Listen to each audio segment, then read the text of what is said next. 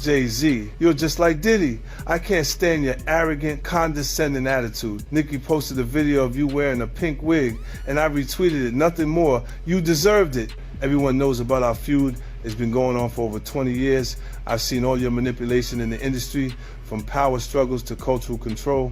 In 2015, when Tidal launched, Nicki helped you build it from nobody to a successful platform, and you immediately pocketed her $7.9 million in royalties. Lil Wayne was qualified for the Super Bowl, but you kicked him out of personal grudges. How is that any different from Diddy forcing his artists to sign unfair contracts? Just because Nicki didn't align with him, he resorts to this kind of suppression. You're truly despicable. What's even more interesting is that right after I showed him and his father's photo in the documentary Sean Combs' A Reckoning, you immediately had your lawyer send me a warning letter saying I overstepped my bounds. When you wrote the lyrics to exonerate Diddy back then, why didn't you think about today? You say the film is malicious slander, but why don't you dare sue me for defamation? Because all the evidence I have is true.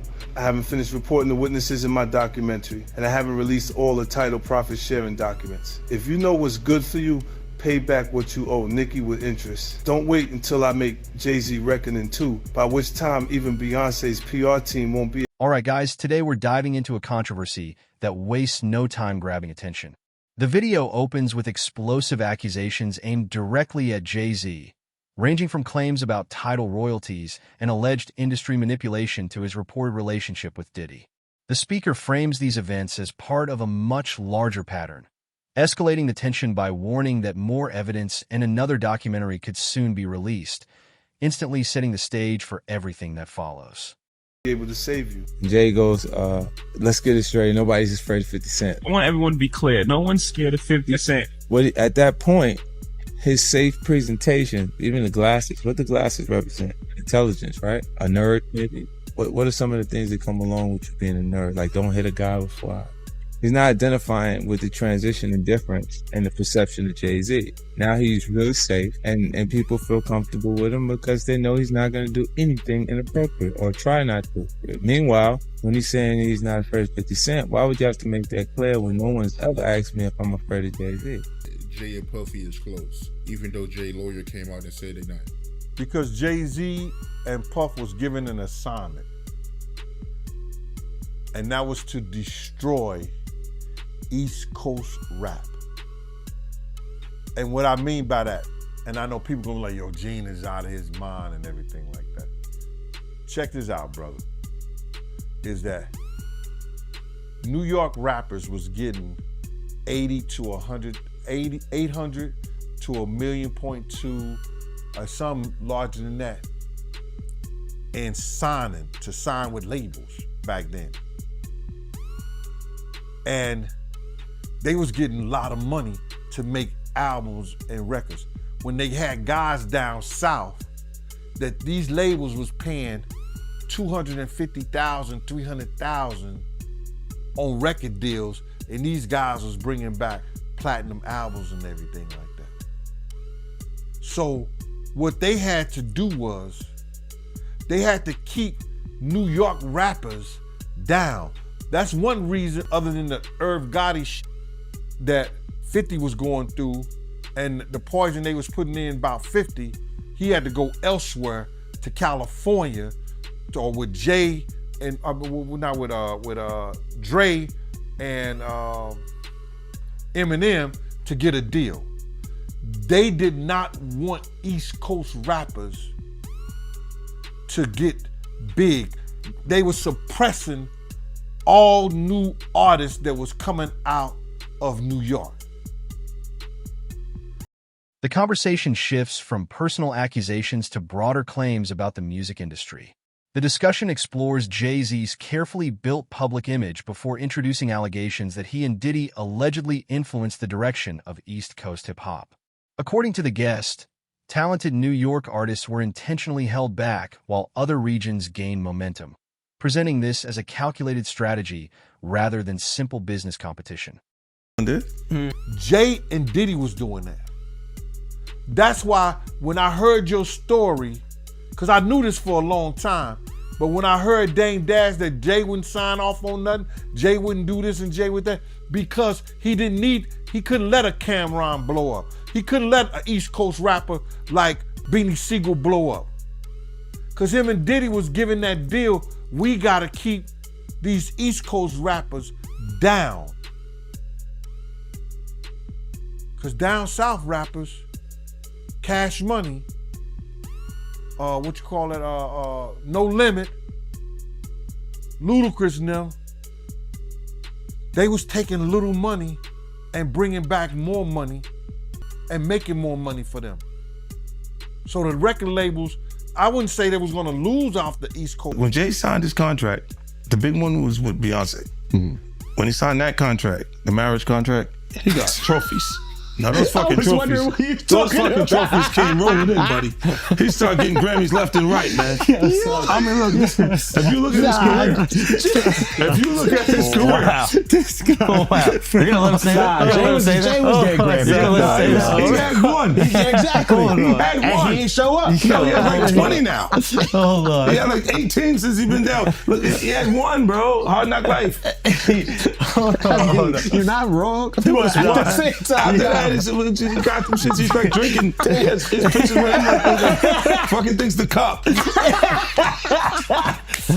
Wait a minute. So you're saying the success is derived from the marriage? I've absolutely been treated differently. The accolades. Because are from he's the no marriage. longer viewed as what, like a street or gangster rapper. Now he's viewed as a businessman, entrepreneur, family man. And the biggest ones because of the position Beyonce's. Oh, wow.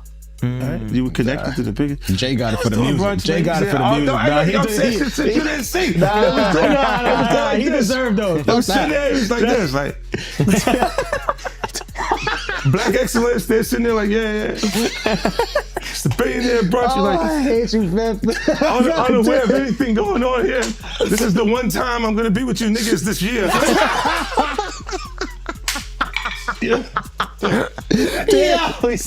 Come on, bro.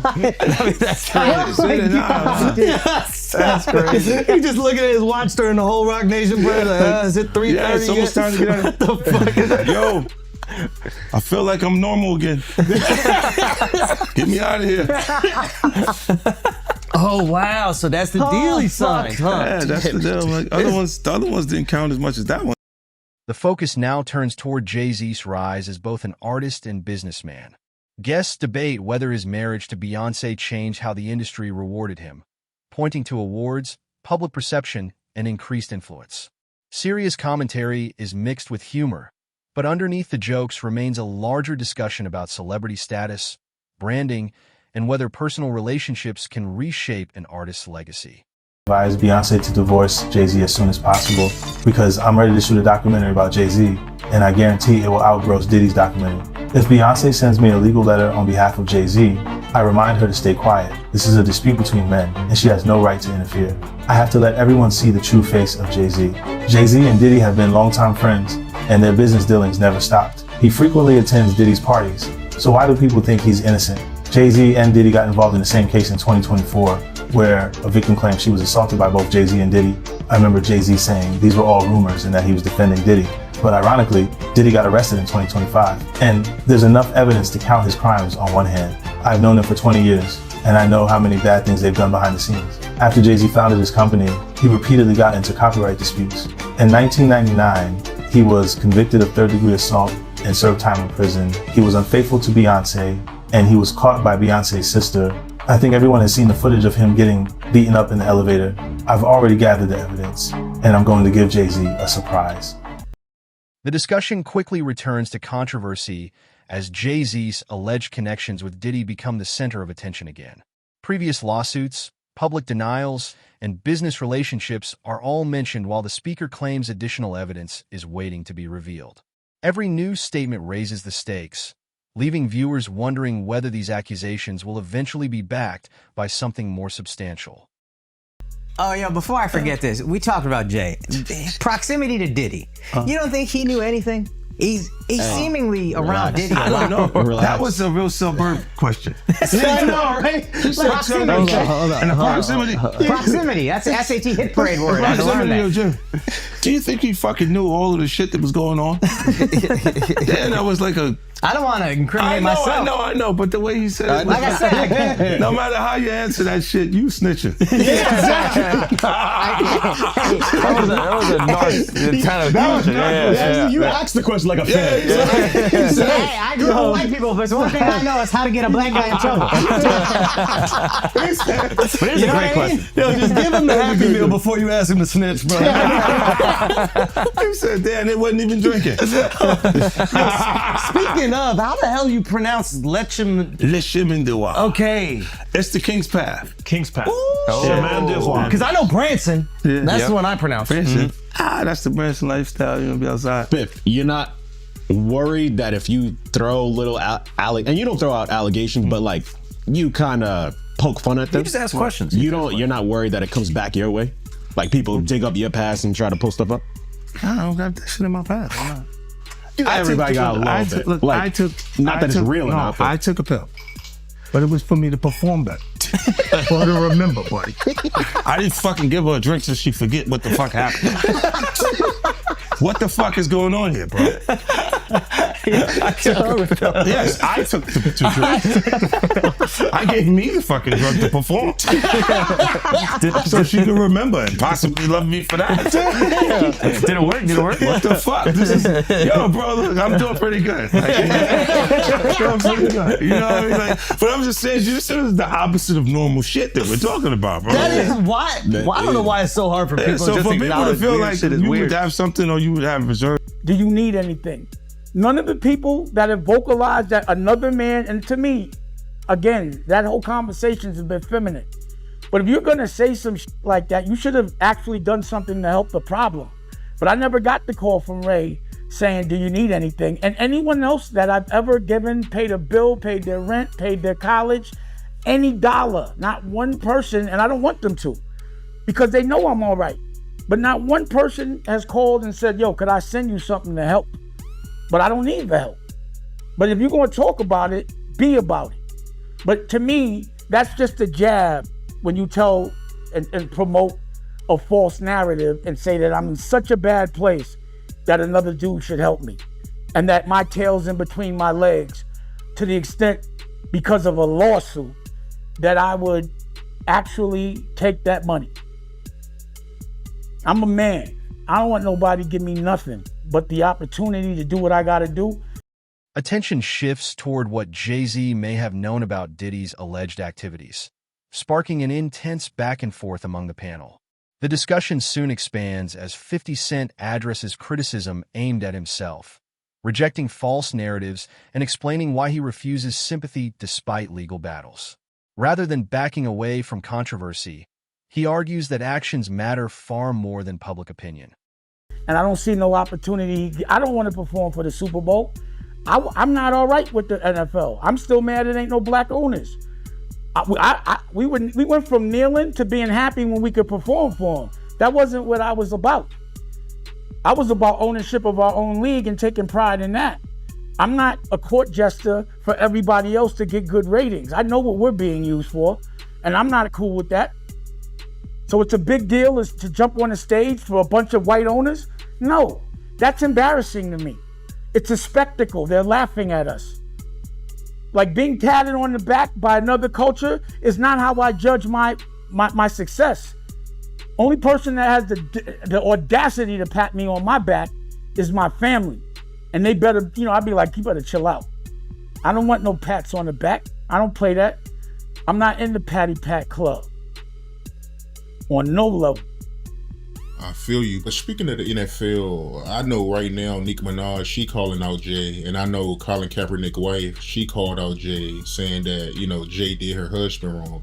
But I don't know. I don't know the backstory behind that, man. But I know it's going, viral right now on social media. But I do want to ask you, how do you feel about the NFL right now, in general? It's funny. She's cool. She's cool with my wife, Rocky. This is people that are looking on the separation between their hardships or their the things that they got going on that would be issues, and what a celebrity's issues would be. Wait, what is that? They think all celebrities are doing the same thing. Yeah. Right, and when you see, if I wasn't saying anything, guess what? You could safely say that a person on the outskirts that is not involved in hip hop culture could think that everybody in hip hop culture is with that shit. So by you, you're good, bro. That's great. You're fucking good. Yeah. He's protecting hip hop. Yeah. If you don't speak out and make them the weirdos, then they're gonna think everybody's Every like single that. person is like that involved in hip hop culture. Makes you think, did Jay do it? Shut up. He's in trouble. We live in New York, bro. No. Come on. We live here. No, Just free saying. Jay-Z. I'm just saying. Shout out Mufasa. We all gonna go and support. Yo, we can all see. You are crazy. That was the craziest thing I. The conversation moves beyond personal disputes into larger cultural issues. 50 Cent explains why he has no interest in performing at the Super Bowl, arguing that ownership and independence matter more than public recognition. The discussion then circles back to Jay-Z as Nicki Minaj's criticism and broader debates about accountability inside hip-hop become part of the growing conversation. So, I literally. what's bro, the lady at Rock Nation? I gotta send her that. You don't feel like that happened the same day, bro. What's the day came out the day before the next day? I was eating Raisin Bran. Okay, I'm eating Raisin Bran. I got my daughter in my arm. I'm scrolling, right? I see somebody screenshot your shit. Is Jay and the whole family at the Mufasa fair? And then the comment is 50 Cent. Jay said, they said I a 13-year-old. Let's go watch Mufasa. Everybody get dressed. We're going to see Mufasa right now. I just think it was a good look, like angling yourself as a family man. Yes. But they had to go to the premiere, that bro. was planned already. I'm They had to go to the premiere. And I realized that later, but I'm just saying to you, I haven't seen him in a long time. That's all I'm saying. When I hadn't seen him in a long time, and then I heard this shit, and then I looked and I saw Mufasa, I said, whoa.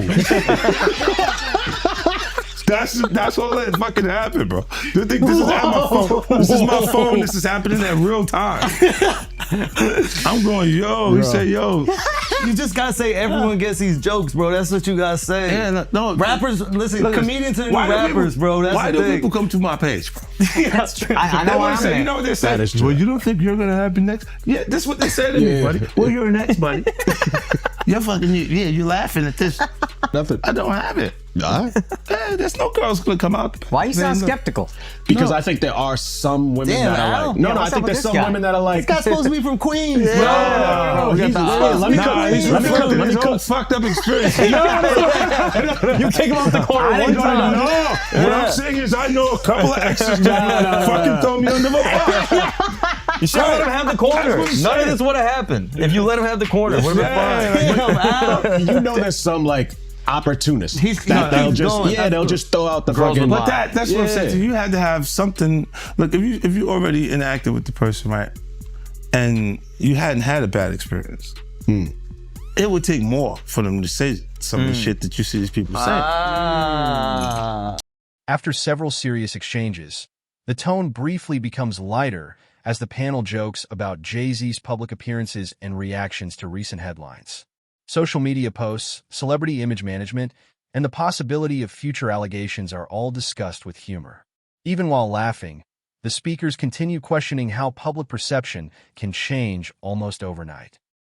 Right, like you go, what made you do? What made you? Even when we part ways, and because a lot of times when we interact with people, they're not just having fun for tonight. They think we're bleeding into this hardcore relationship that may not materialize. Right. So I see what you're saying, where they can look and go, well, look, you met the girl in 2003. You hung out with her. You had a good time after the show with 30 girls there. You just went and y'all hung out, right? And y'all just part ways. Right? So there's no negative things between it. But she can look up at the TV now, and you've been a success since then. Feel like that's my life. I was supposed to be there. And be upset with you and say something. But will it have any merit to it? If I gotta keep that it real, woman hasn't been you ain't always have the most amicable breakups. Do you remember where, I think it's your baby moms, where it's like she was kind of speaking out, and then all of a sudden the house just got burnt down. Yeah, but you know, it happens. Left eye. She burned the house down. This nigga is crazy. That's what I was saying. No, my God, he goes, wow. So I know how you feel about me now. No, he's going, he's great. So Who's the fan? He liked the match. I want my block back. He go, look, I have faith in our just justice. I'm a I civilian believe now. there would be consequences connected to those behaviors and actions that this brother is talking about. Oh my goodness, man.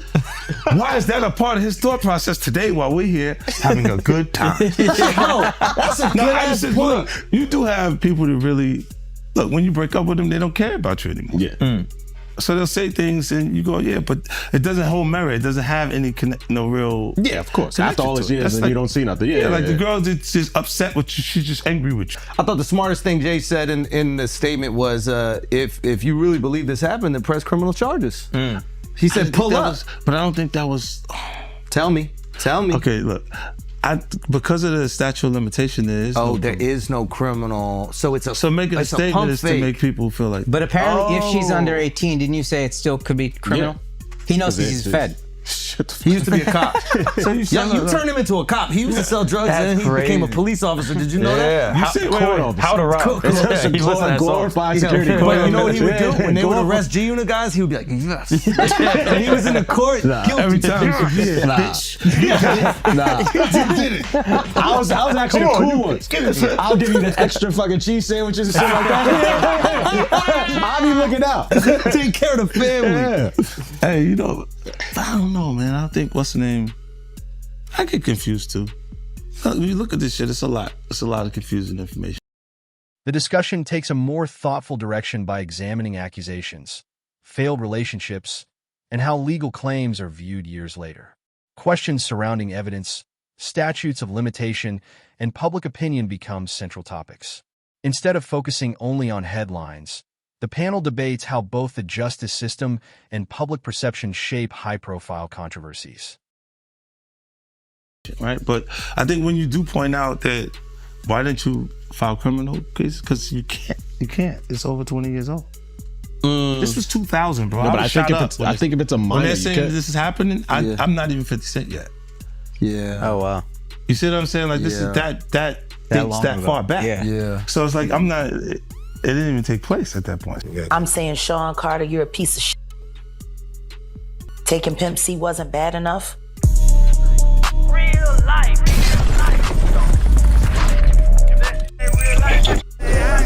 It ain't real life. Just say real thing.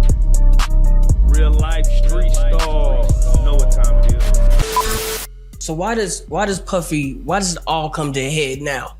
Why now? Why? Because he's the acceptable monster at this time, like R. Kelly was the last time I sat on this couch.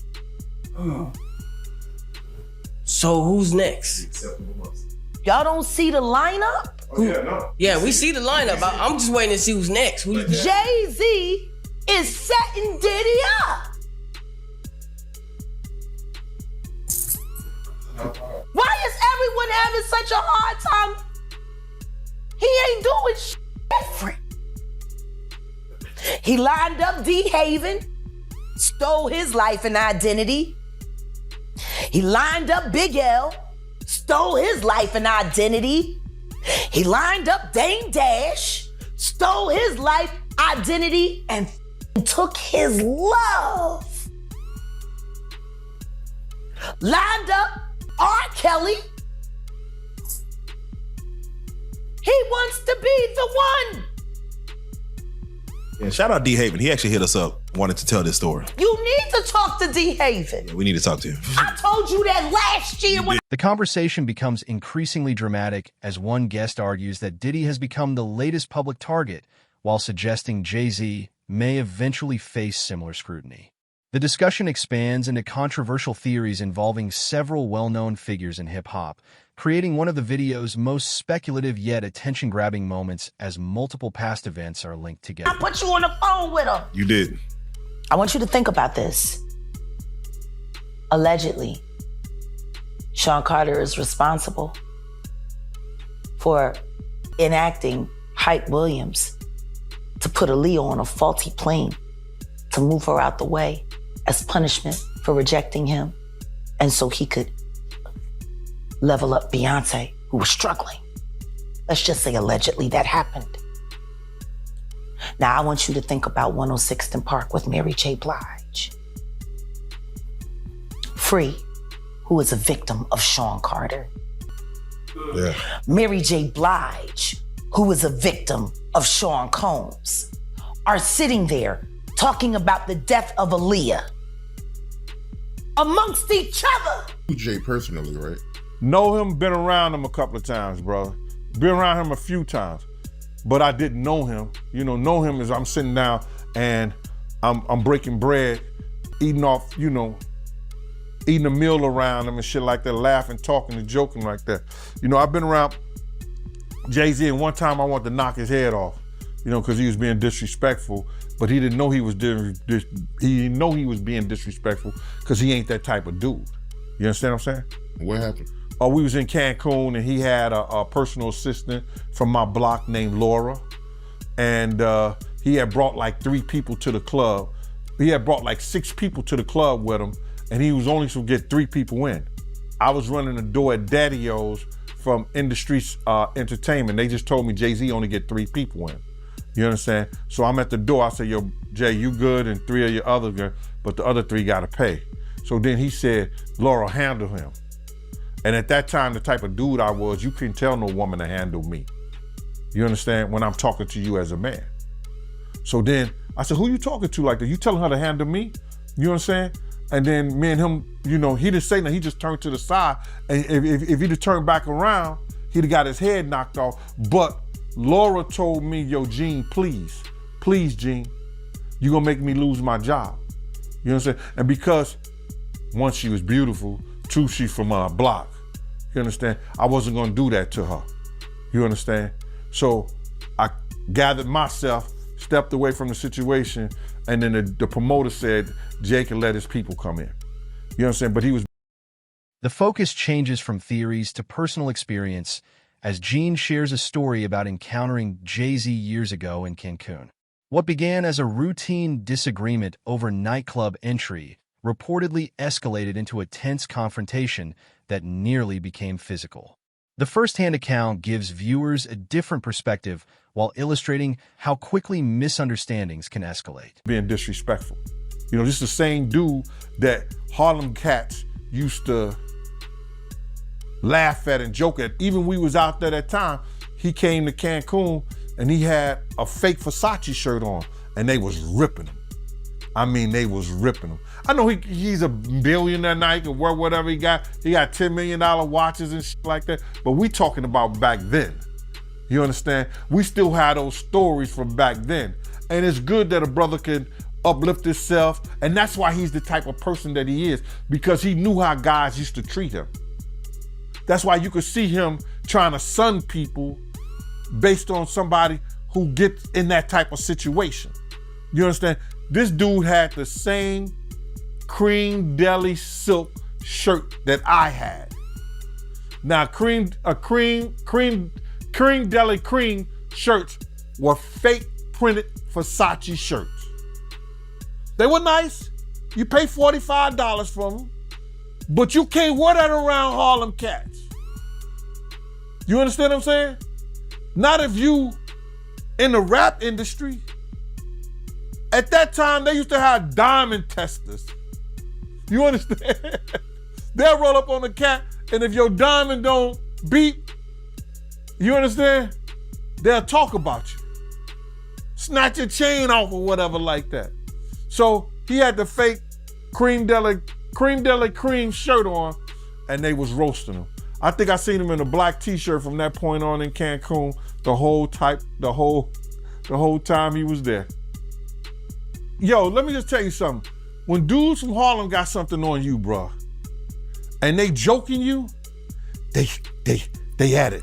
They gonna stop until somebody with some power or somebody with some money say, yo, give that dude a break. Give him a break.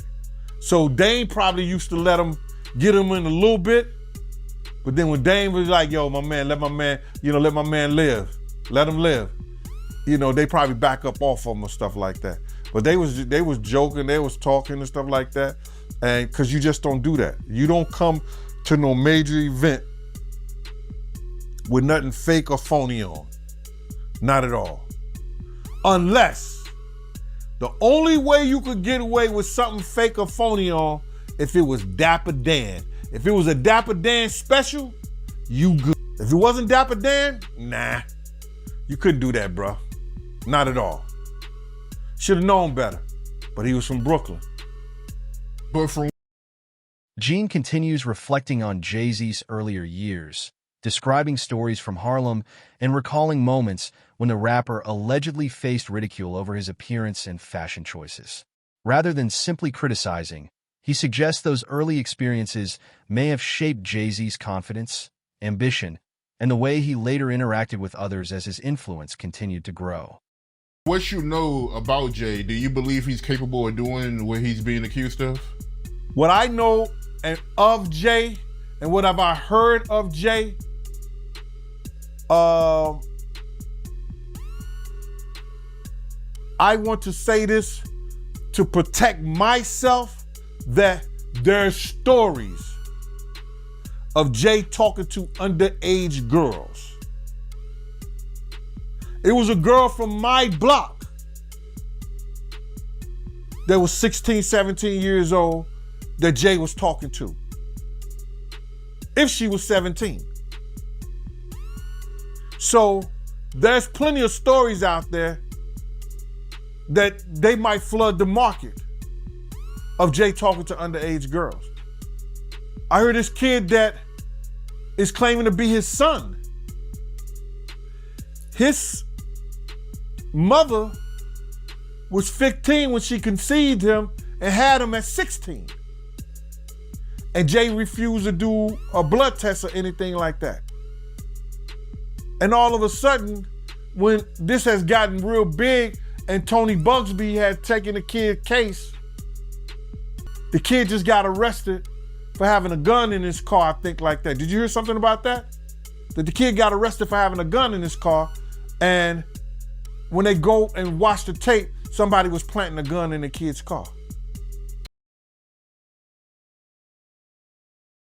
The interview returns to current allegations by asking whether Jay-Z could realistically be connected to the accusations surrounding him today. Gene responds by referencing stories that have circulated for years, including rumors involving younger women and long-standing claims about an alleged son. The discussion remains focused on how persistent rumors continue to follow major public figures.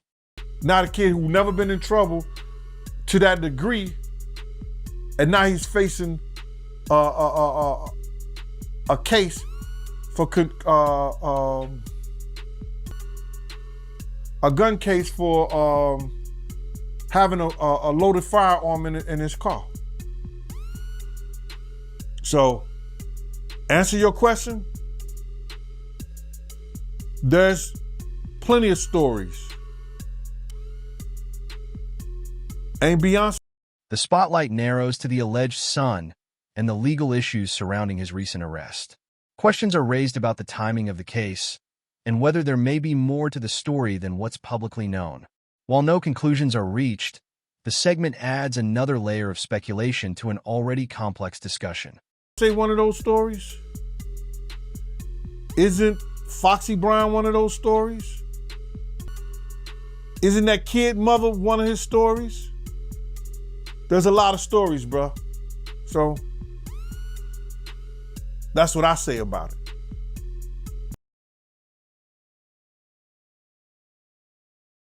The video concludes by revisiting the broader theme that has carried the entire discussion: the persistence of rumors, accusations, and unanswered questions surrounding Jay-Z over the years. Whether viewers accept or reject the claims, the conversation leaves plenty to think about regarding reputation, influence, and public scrutiny. If you enjoyed this breakdown, don't forget to like the video, subscribe to the channel, and turn on notifications so you never miss an update. Thanks for watching, and we'll see you in the next video.